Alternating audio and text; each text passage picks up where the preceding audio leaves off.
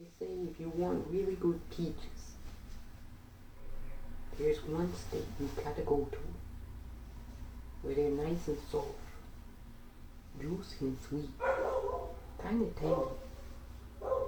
They said you gotta go to Georgia. And the best place with the finest peaches are in Atlanta. They're so good, the peaches in Atlanta. They call it Hotland. It's simply known as Hotland. Thank you, Atlanta, for inviting me to speak to you about an urgent matter of grave importance in this nation. You know, we've been putting off things that we really need to take care of. And you can see that. It's abundantly clear if you have eyes to see, ears to hear, and a brain that can function and properly and critically think and assess. You know, Atlanta, you are an innovative and building type of city. You built and constructed streetcars, electric streetcars. You built and constructed a whole city. And yes, Atlanta, you were home to some of the greatest civil rights icons in all of American history. From General Sherman and the successful Union campaign to liberate Georgia and Atlanta from the Confederates and from the racist bigots of the South.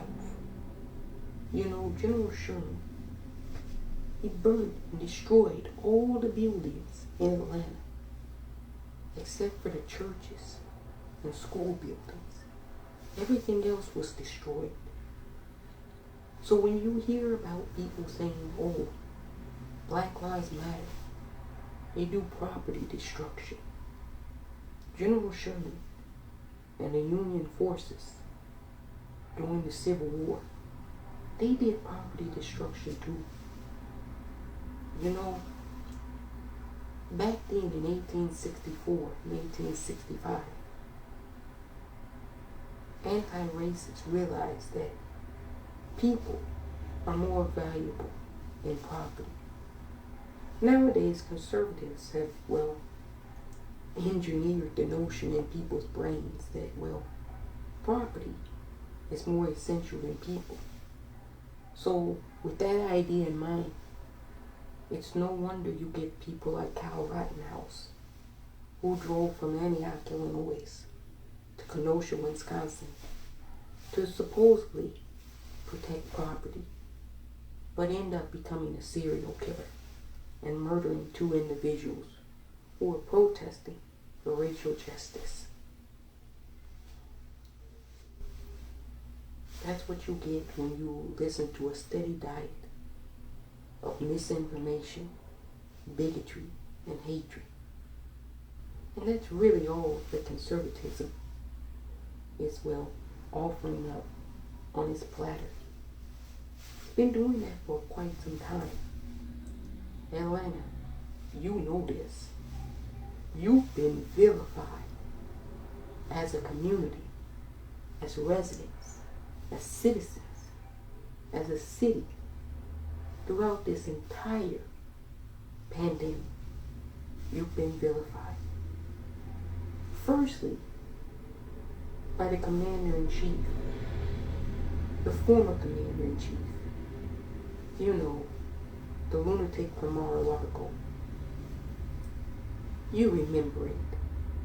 But sometimes we have to do a refresher, because they really tried to disenfranchise you, like they've done throughout the existence of this country's history. They tried to say that you, Atlanta, Fullerton County, DuQuoin County, you don't know what you're doing. You're fraudulent. You don't count. Without you, they would win. Well, of course, if, well, African Americans didn't vote, of course racists would win. But African Americans are just that. They're Americans. I know Mitch McConnell and Donald Trump don't think that's the case. But the rest of us do. In Atlanta, when he called up the Secretary of State, Brad Raffensperger, and told him, we just have to find 11,780 votes to overturn the election. What he was really saying is, we just have to negate 11,870 citizens who voted in Atlanta against me, against the king, the cult leader, the lunatic. We have to find just enough to negate those people. And then, well, if you don't find the votes, the vice president can just toss out the election and just declare their own set of electors. So I don't know why he was looking for votes if he truly believed that his vice president, Mike Pence, could just declare that he was president. Something doesn't add up. Something doesn't make sense. I know what it is. It's called being a sore loser. You see, when they don't win at a system they rigged and designed to always operate for them to win, then there must be some conspiracy. There must be some type of fraud. There must be some type of rampant unfairness. How else would we lose? We designed it. It's impenetrable. We designed it to always win. We can't lose.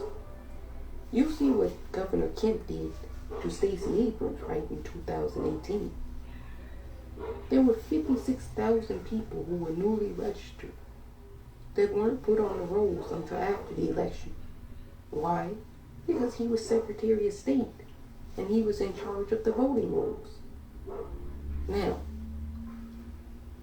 that maybe is why Stacey Abrams had a claim to say that the election in Georgia was run unfairly. But remember, everybody dismissed Stacey Abrams and said she was acting as a sore loser when that occurred. But then when Donald Trump loses Georgia, he blames, guess who? Brian Kemp for mismanaging the election, even though he was in charge of the Department of Justice, which oversees all elections in all 50 states. His FBI, his Department of Justice, his Department of Homeland Security, and yet the election was stolen while he's president and while Mike Pence is vice president. This is what they expect you and I and the rest of us to just swallow and consume and believe. All because, well, a certain sore loser doesn't want to admit that he lost. And then, he didn't really lose because the American people, your right as citizens in Georgia and Atlanta, well, they could just be tossed out by the vice president and they can seat their own set of electors. You know, Rudy Giuliani, the president's lawyer, went around forging, telling people to forge signatures, and officially submitted them to the National Archives as legitimate documentation for the government. Now, we'll talk about that at another time, because I find it fascinating that certain people are indicted for perjury, but other people, well, they get invited to, well, participate on The Masked Singer. It's interesting that a black woman, Marilyn Mosby, is indicted for perjury and falsifying documents to the federal government. But Rudy Giuliani, who orchestrated and got multiple American citizens to do forgery and perjury and submit that to the federal government, that's not only not being indicted, he's dancing on a Fox television show. But we don't have any systemic racism. I'm telling you, we don't have two systems of law. Justice is totally blind.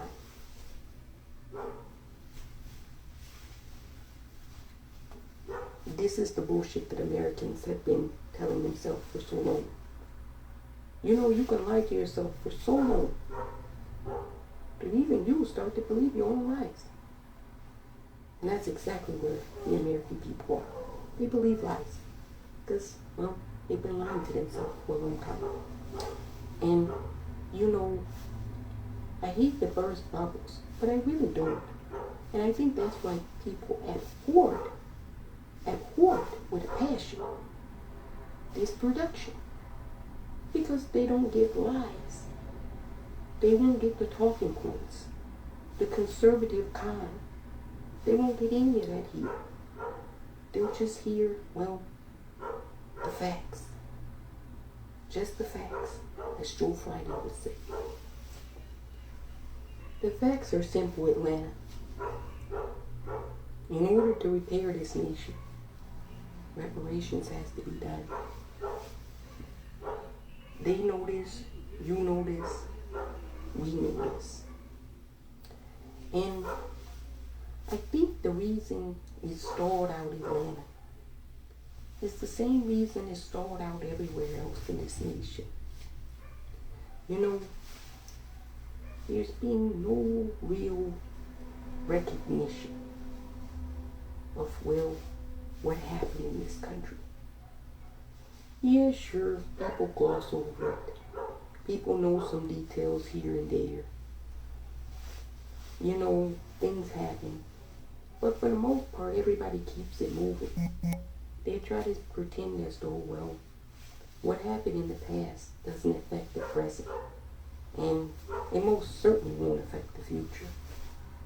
Now, we all know that this is insanity. And this is not a proper way of, well, thinking whatsoever. Atlanta, you became a hub for African Americans to move and gain wealth.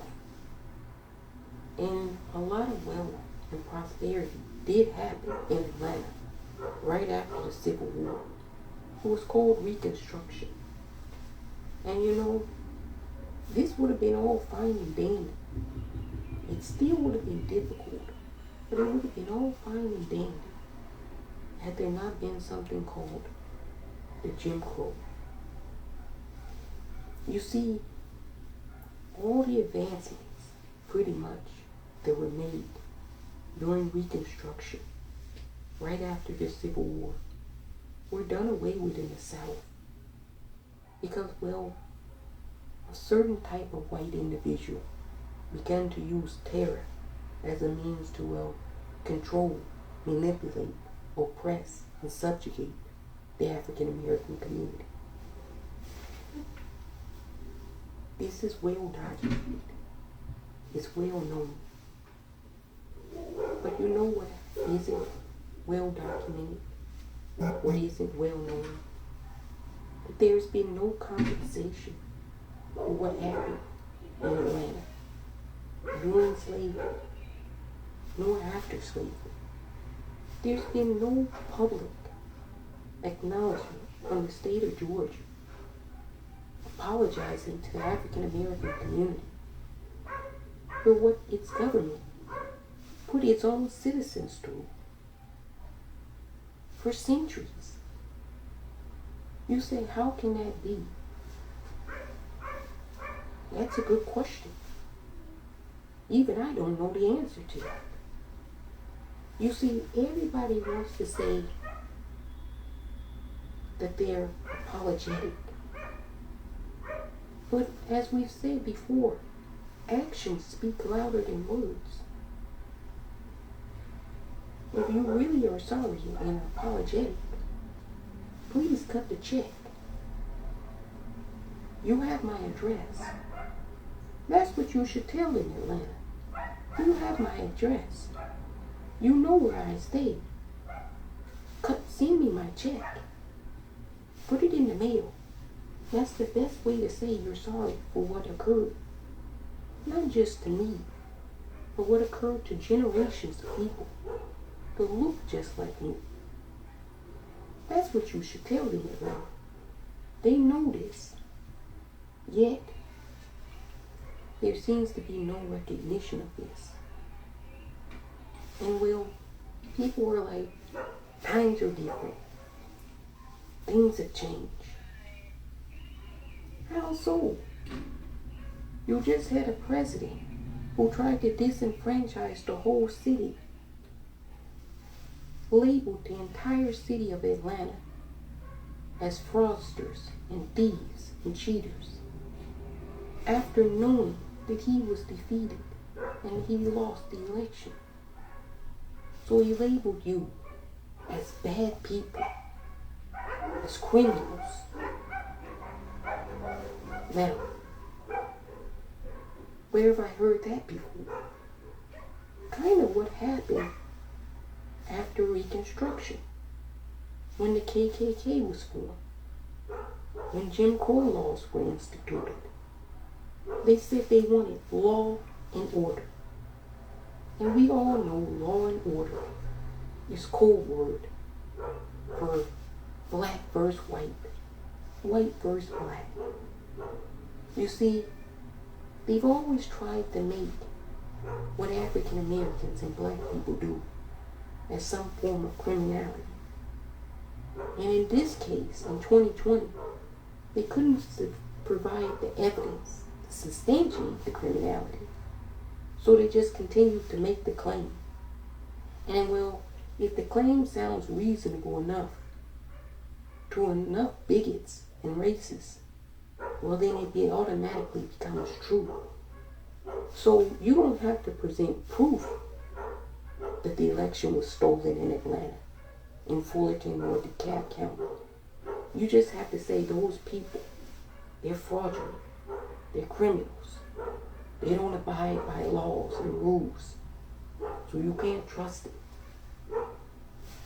And if enough people who adhere to racism and bigotry, they begin to believe that. And then, well, it's like a ripple effect.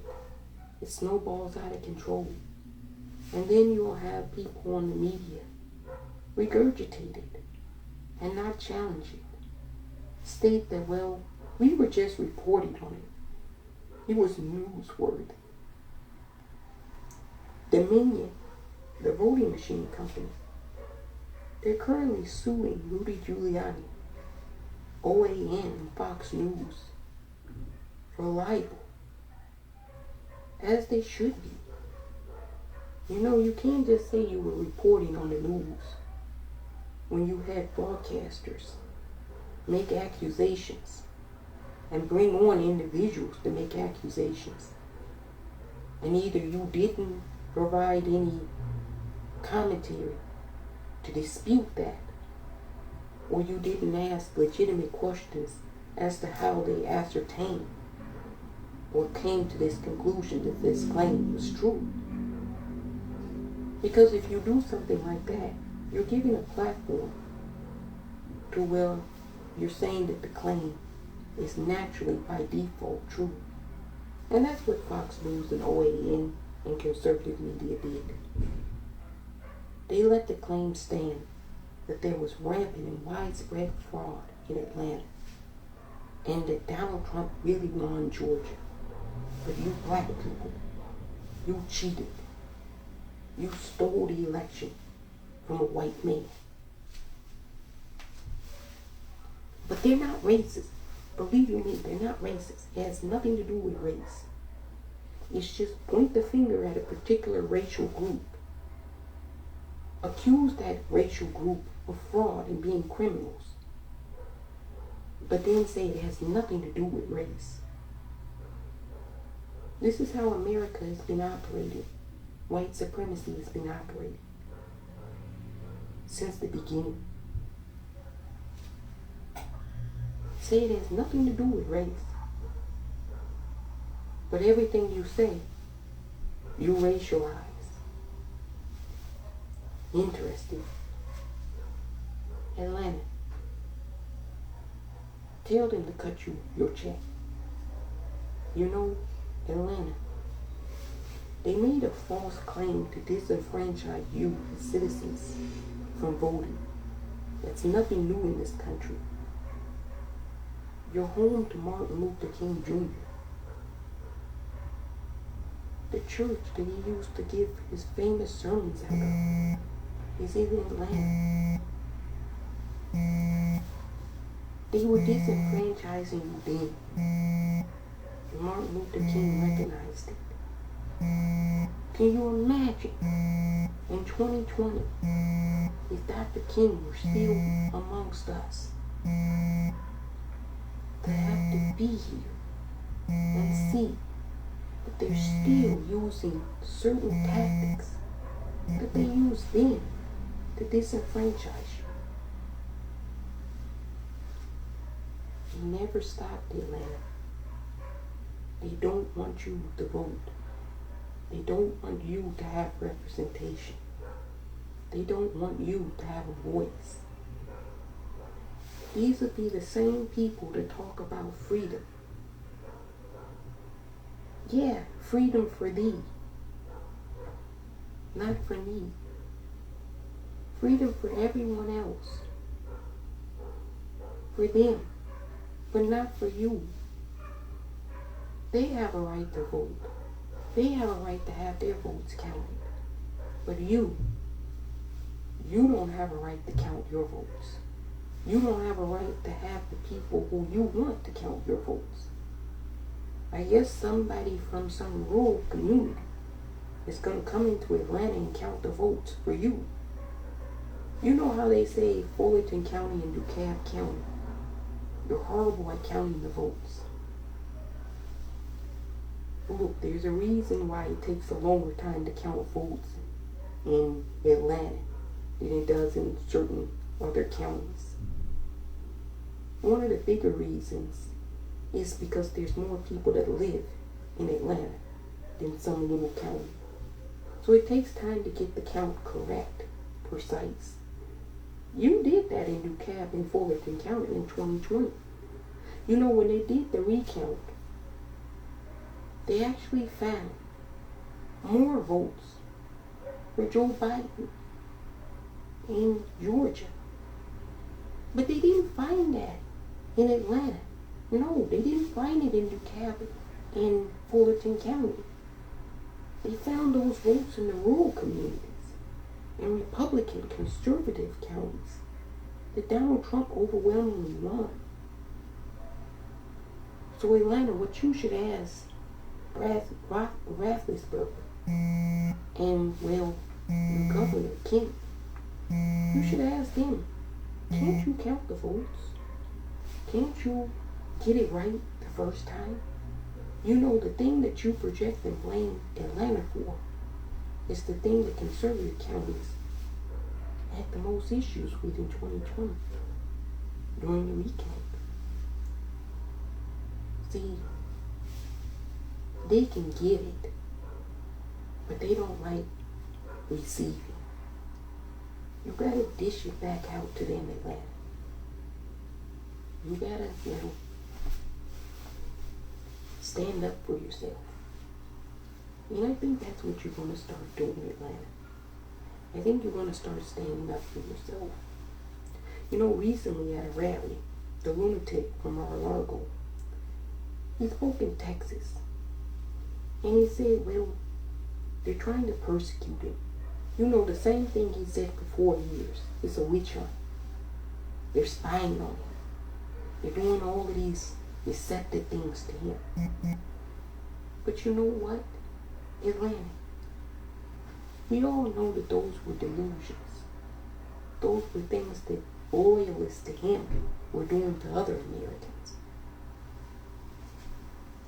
But you know, there's something else, Atlanta.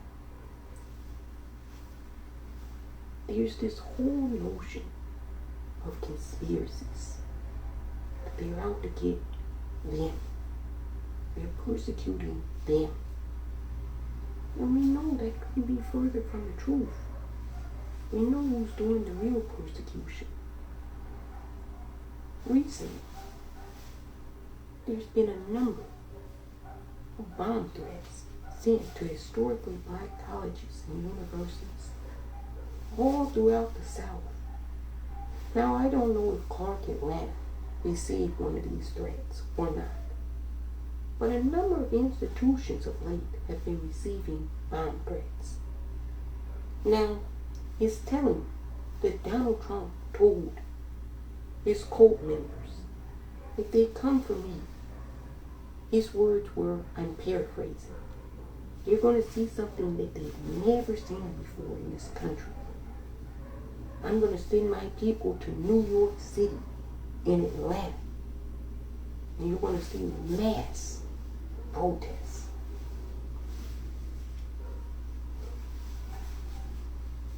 Really? New York City and Atlanta. The cult members are coming to New York City and Atlanta? Oh, this is going to be fun. You know, they're going to one day, and I think it's going to be soon, they're going to fuck around. And they're going to find out real quick that they shouldn't have fucked around. I think that day is coming very soon. You're going to send the January 6th insurrectionists to Atlanta? Good luck. I would say may the odds be ever in your favor, but I really don't want the odds to be in your favor. I want them to be forever not in your favor. Atlanta? New York City? Child, please. Those cities are on lock. You come into Atlanta with that bullshit, they're going to send you home to meet whatever creature you say you believe in. It's not going to be pretty. Atlanta. If you go to Atlanta, you better get some peaches and chill out. They have the finest peaches. The finest peaches are in Atlanta. So I recommend the conservatives. You can get your fruits there, but nothing else. Not your racist kicks. Don't go to Atlanta. You already listened to that lunatic once. You went to D.C. and he told you, I'm going to march with you to the Capitol. And you listened. And you marched. And you barraged. And you damaged the United States Capitol building. You smeared feces all over the wall. You ransacked offices. You broke out windows. You attacked law enforcement. People died. You listened to that clown once. Now if you listen to the clown again, tell you to go into Atlanta, go into New York City, because he's having some legal issues, rightfully so. I tell you what's going to happen again. More of you are going to have legal issues. And this time, unlike last time in D.C., a lot of you are not going to make it out. You know, in D.C., they let you go. Atlanta is not so nice. New York City is not so nice. You can try occupy the Amish territory. Run up in here. Or I'll be ready for you. We'll all be ready for you. You know, I think what's best in order to repair this nation is not more violence, not more lunatics offering up remedies because they're sore losers. I think what's best is now acknowledging a past, egregious past, suffering, insurmountable suffering, insurmountable torture for generations. Atlanta, they'll try to say that this is about shaming and bullying. I haven't mentioned any single individual that owes. I said as a nation, America owes for reparations. General Sherman knew that and said so. General Sherman said, let's give all the new, free black citizens of this country 40 acres and a mule. It wasn't done. There were compromises. There were negotiations. And ultimately, shit didn't get done. It's time to finish the job, Atlanta. It's time to get it done. Quite simply, it's time to cut the check. Now, the only people, as I said before, that are obstructing are, oddly enough, individuals, legislators, government officials in the South.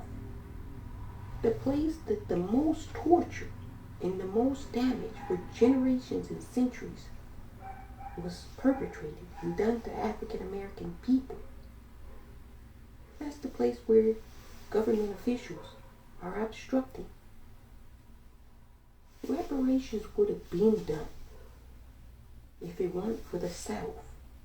Senators, congressmen, congresswomen obstructing. This is the Bible Belt, remember. The love thy neighbor. Turn the other cheek. They'll give you so many lectures about their Savior, Jesus Christ.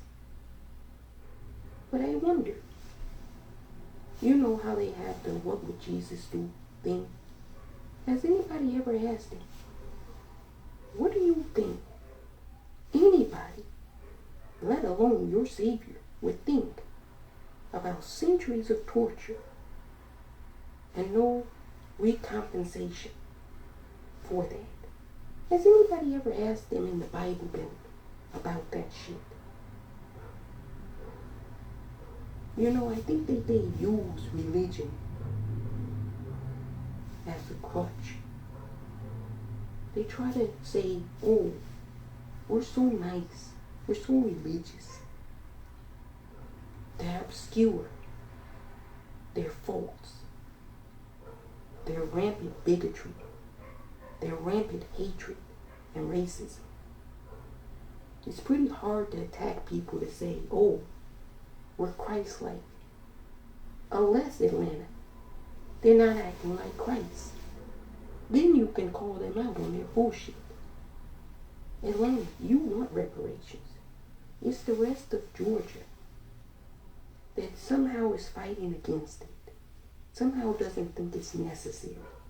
Somehow thinks it's a giveaway. Interesting. Ask them, was it a giveaway when Donald Trump provided farm aid? 69% of all the farm aid went to farmers down south because he started a trade war with the Chinese government. So they're okay with welfare from the government when the money goes to their hands, in their pocket, for their wallet. But any time the government starts talking about giving money to African Americans or black people, oh, the government, this is welfare. This is communism. This is socialism. You can't make this shit up. He's on record saying that in certain cases, welfare for farmers is a good thing because you make more from the government than you do farming. 40% of all of their wages as farmers, white farmers, comes from the federal government. Yet when black farmers request financial assistance, They sued the federal government. White farmers sued, saying that, well, this is discrimination. Even though 96% of the funding that Trump gave went to white farmers. But they're not racist, remember. They're nice people. Atlanta, it's time to stand up and demand this shit.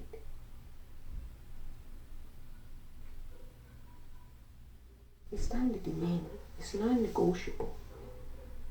There's no more negotiation. There's no more talk. There's no more signing treaties.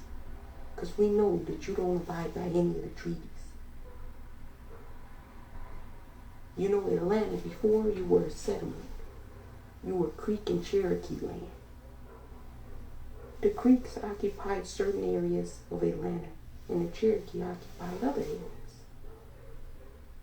The Creek and the Cherokees had contracts that they abided by. They actually abided by a lot of their treaties. Americans never generally abide by treaties. Oh, they'll enter into treaties, like the Paris Accord. And then you'll have a lunatic 2 years later who unilaterally will just take you out of it. Do you see why people don't like entering into treaties with certain people? They're not trustworthy.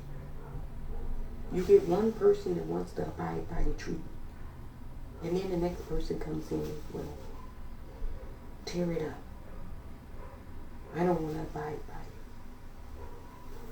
That's not how a treaty works, especially if a nation or a city or government signs it. It's a binding contract that you just can't enter and exit. But that's why you can't trust the Americans. No, negotiation season is over with. The residents in Atlanta are struggling, are desperate. They need the money. Your government knows you need the money. Atlanta, today I'm calling on you to file a class action lawsuit against the former president of the United States, Donald J. Trump, against his lawyer, Rudy Giuliani, against the federal United States government, the Treasury Department, against the state of Georgia, against the Secretary of State. All of these individuals were involved in a scheme, a plot, to disenfranchise you, to continue a legacy of disenfranchisement of African American and black citizens in this country. That is a lawsuit. Please file it. Please get your money. You're entitled to it. But that's not reparations. Still, that's just what you're entitled to for modern day disenfranchisement. Atlanta, it's time to stand up and get what's yours. Everybody knows you're owed it. It's time to get it. And if they don't want to give it to you, it's time to take it. Atlanta, Atlanta, the home of the finest peaches.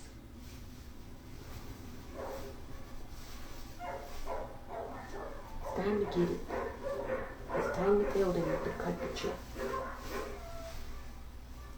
And believe you me, they'll do it. You just have to demand it. It's sad that it's like that you have to demand something that other people know is yours. But well, we live in America.